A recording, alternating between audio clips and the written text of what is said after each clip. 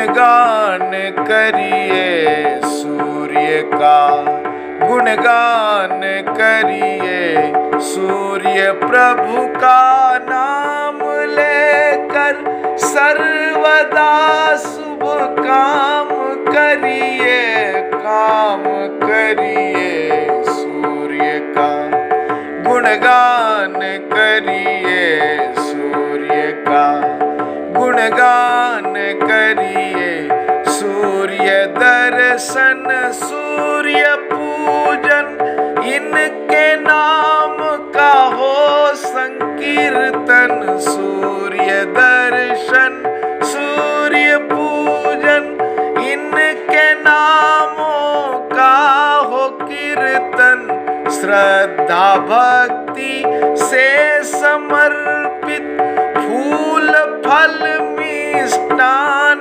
करिए, ध्यान करिए सूर्य का, सूर्य का, सूर्य का, गुणगान करिए सूर्य का, गुणगान करिए सूर्य का, गुणगान करिए। जो प्रकाशित कर रहे हैं अपनी किरणों से धरा को, जो प्रकाशित कर रहे हैं अपनी किरणों से धरा को, ऐसे अंशुमान भास्कर का प्रतिदिन ध्यान धरिए, ध्यान धरिए सूर्य का, गुणगान करिए सूर्य का, गुणगान करिए।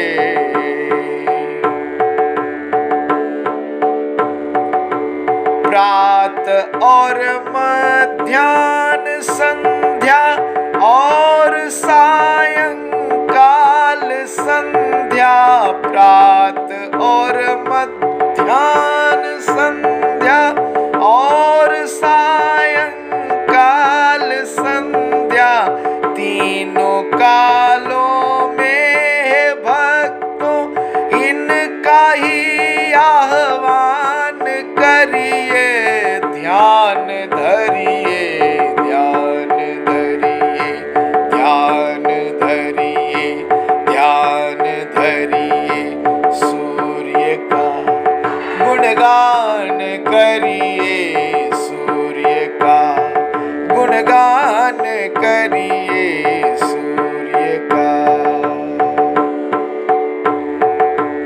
एक घड़ी आधो घड़ी हो, उसमें भी आधी भी क्यों ना, एक घड़ी आधो घड़ी हो, उसमें भी आधी भी क्यों ना, पूरी भक्ति श्रद्धा से युक्त हो के इनका नाम जपिए, ध्यान करिए सूर्य का, गुणगान करिए सूर्य का, गुणगान करिए सूर्य का, सूर्य का, सूर्य का। हैं सभी अधिकारी इनकी पूजा में, स्त्री पुरुष सब हैं सभी अधिकारी इनकी पूजा में, स्त्री पुरुष सब करके सब स्नान प्रातः सूर्य को अर्घ्य दान करिए, ध्यान धरिए सूर्य का, गुणगान करिए सूर्य का, गुणगान करिए सूर्य का। बैठिए एकाग्रचित हो किरण से आलोकित हो, अंग अंग प्रत्यंग में इन किरणों का आधान करिए, ध्यान धरिए सूर्य का, गुणगान करिए सूर्य का, गुणगान करिए सूर्य का। एक सुरक्षा चक्र किरणों से बनी ऐसी भावना, अपने को उसमें बिठाकर सुरक्षित हो ऐसी कामना। ऐसे ही कुछ दिव्यता का अपने अंदर भान करिए, ध्यान धरिए सूर्य का, गुणगान करिए सूर्य का, गुणगान करिए सूर्य का। हृदय आसन पर विराजित कीजिए आदित्य को, हृदय आसन पर विराजित कीजिए आदित्य को।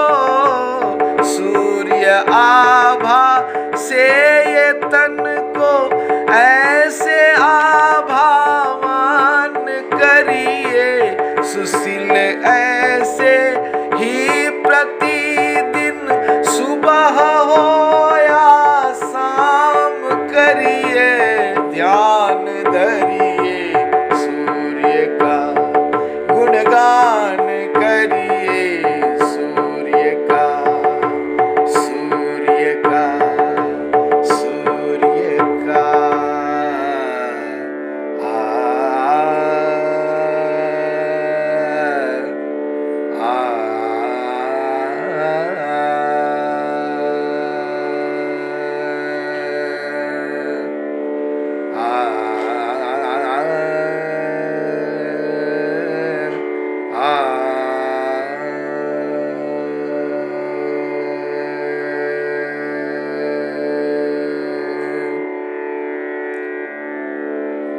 सूर्य उपासक मगबंधुगणों, सूर्य के भक्तगणों, सांब पुराण के प्रत्येक अध्याय की कथा की प्रस्तुति के क्रम में आज 9वें अध्याय में आप सब सुने सूर्य के वेद विदित नाम। भगवान सूर्य के वेदों में कौन कौन से नाम बताए गए। देवर्षि नारद बोले, हे सांब अब सुनो, आदित्य के सामान्यतः 12 प्यारे नाम हैं। मैं उन 12 नामों का रहस्य तुझे पृथक पृथक बताता हूं। पहला आदित्य, दूसरा सविता, तीसरा सूर्य, चौथा मिहिर, पांचवा अर्क, छठा प्रभाकर, सातवां मारतंड, आठवां भास्कर, नौवां भानु, 10वां चित्र भानु, 11वां दिवाकर और 12वां रवि। भगवान की 12 मूर्तियों के जो नाम हैं वो इस प्रकार हैं। पहला विष्णु, दूसरा धाता, तीसरा भग, चौथा पूषा, पांचवा मित्र, छठा इंद्र, सातवां वरुण, आठवां यम, नौवां विवस्वान, 10वां अंशुमान, 11वां त्वष्टा और 12वां पर्जन्य। यह 12 आदित्य प्रति मास में अलग अलग रूप में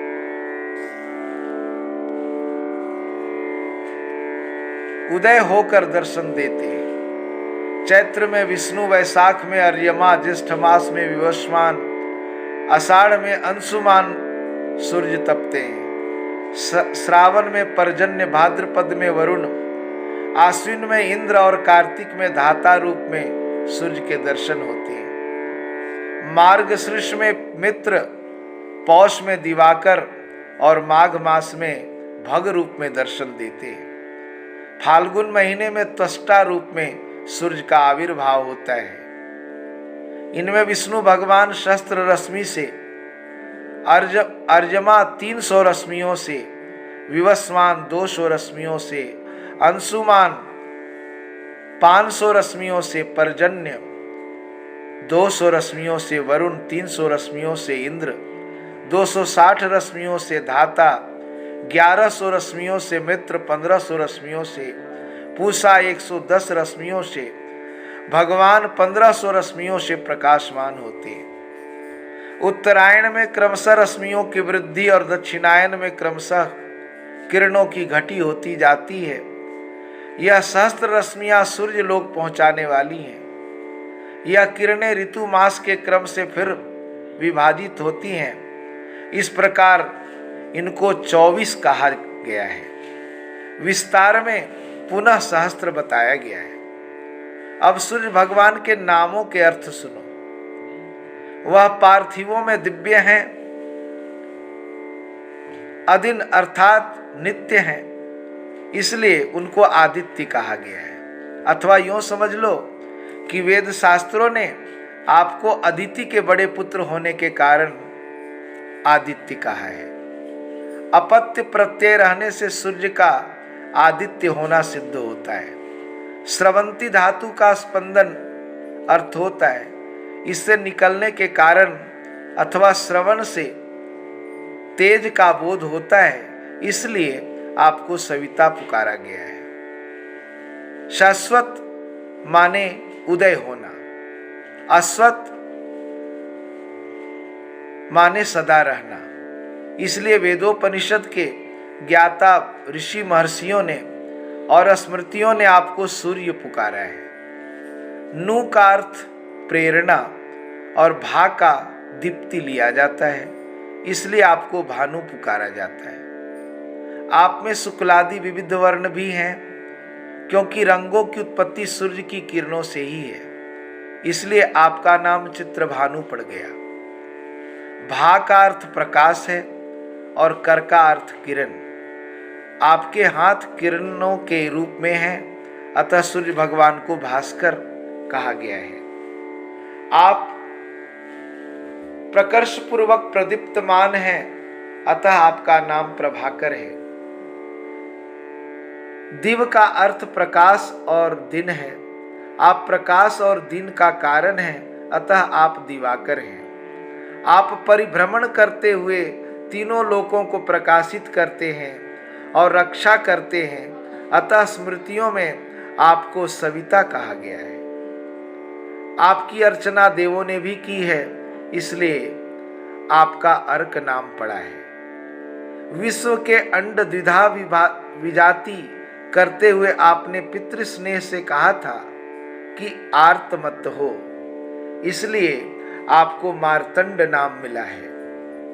आप तीनों लोकों को धारण करते हैं, इसलिए आप धाता कहलाए हैं। नाग असुर देवगण में परम ऐश्वर्य संपन्न होने से आप इंद्र कहलाए हैं। आप जगत रचना में समर्थ हैं और शुक्ल धातु शक्ति के अर्थ में प्रयुक्त होता है, इसलिए आप शक्र धातु शक्ति के अर्थ में प्रयुक्त होता है, इसलिए आपको शक्र कहा गया है। आप सूर्य में अंतर्हित होकर अदृष्ट रूप से बैठे हुए हैं, इसलिए विवस्वान हैं। सूर्य मेघ के रूप में अतिशय गरजते हैं, इसलिए आपको पर्जन्य कहते हैं। आपसे परे किसी की गति नहीं है, इसलिए सूर्य अर्यमा है। आप परम स्नेह से सब जीवों का पालन पोषण करते हैं, इसलिए आपका नाम मित्र है। आप सबको वर देने वाले हैं, अतः वह वरुण कहलाए हैं। सूर्य भगवान ही तीनों लोकों को पुष्टि देने वाले हैं, अतः आपका नाम पूषा है। आपकी सब देवता पूजा करते हैं और आपको ही भजते हैं, इसलिए आपको भग पुकारा गया है। तृष धातु तुष्टि के अर्थ में प्रयुक्त होता है और सूर्य भगवान जगत को उत्पन्न करके तुष्ट भी करते हैं, अतः वेदों ने आपको त्वष्टा पुकारा है। सूर्य भगवान की रश्मियों ने ही सारे जगत को व्याप्त कर रखा है और विपु व्याप्ति के अर्थ में प्रयुक्त होता है, अतः आपका नाम विष्णु है। आपका शरीर अप्रमेय और बृहद है, अतः आपको ब्रह्मा कहा गया है। महद धातु का पूजा के अर्थ में प्रयोग होता है और सूर्य भगवान की बड़े बड़े देवता भी पूजा करते हैं, इसलिए आपको महादेव पुकारा जाता है। उग्र प्रतापवान देखने वाला होने के कारण आपका नाम रुद्र भी है। आप ही सृष्टि को उत्पन्न करते हैं और आप ही उसको अपने में लय कर देते हैं, इसलिए भगवान का नाम महाकाल है। यह और है, यह नहीं है इत्यादि बातें भिन्नदर्शी कहते हैं। वे तामसी और मूढ़ जीव होते हैं। कोई जगत का कारण विष्णु बताते हैं, कोई शिव को, कोई सूर्य को। जैसे एक ही स्फटिक मणि सूर्य किरणों से विभिन्न रंगों में चमकता है, उसी प्रकार एक ही स्वयंभू भक्ति के अतिरेक से जुदे जुदे नामों से मान लिया गया है। यह जुदे जुदे रूप पर ब्रह्म के गुण विशिष्ट की पूजा के रूप ही है। आरंभ में मेघ एक ही रहता है, वही जल के रूप में बरसता है और नदी तालाबों और नालों में बह जाता है।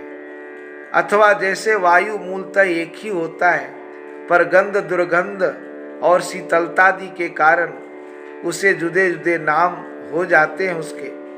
जैसे अग्नि एक ही है, पर पीछे से कार्य निर्वाहार्थ गार्हपत्यादि इसके नाम पड़ जाते हैं, उसी प्रकार उस पर ब्रह्म के गुण विशिष्ट को लेकर अनेक नाम पड़ गए हैं, पर वास्तव में पृथक पृथक रूपों में भी वही है और एक रूप में भी वही है। अतः उस दिवाकर की भक्ति करनी चाहिए, क्योंकि सूर्य ही ब्रह्मा है, सूर्य ही विष्णु है, सूर्य ही शिव शंकर है। वास्तव में वेद भी सूर्य ही हैं और यज्ञ तथा स्वर्ग भी सूर्य ही हैं। जगत में स्थावर जंगम जो कुछ भी है, सब में सूर्य व्याप्त है। अन्न और पानी के रूप में भी हम सूर्य को ग्रहण करते हैं। भिन्न नाम रूप से सर्वत्र सूर्य भगवान ही विद्यमान है। आकाश में, अंतरिक्ष में, वायु में, अग्नि में, सब में वही तो है। इस रूप में तो जाने अनजाने सभी सूर्य को पूजते हैं और जन जन जानकर सूर्य की पूजा करते हैं। वे सूर्य लोक में ही पहुंचते हैं और सूर्य में ही लीन हो जाते हैं। यही मोक्ष है, जहां से जीव पुनः नहीं लौटता। जो व्यक्ति सूर्य के एक नाम का भी वेद विदित अर्थ जान लेता है, वह सब रोगों से छुटकर पाप रहित हो जाता है। हे सांब, पापियों के हृदय में भास्कर के प्रति भक्ति होती भी तो नहीं है, इसलिए तू तो सूर्य की भक्ति कर, इसी में कल्याण है। इति श्री शाम्ब पुराणे सूर्यस्य नाम रूप निरूपण नाम 9वां अध्याय।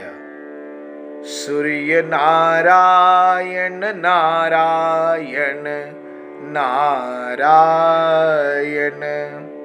तो ये था 9वां अध्याय।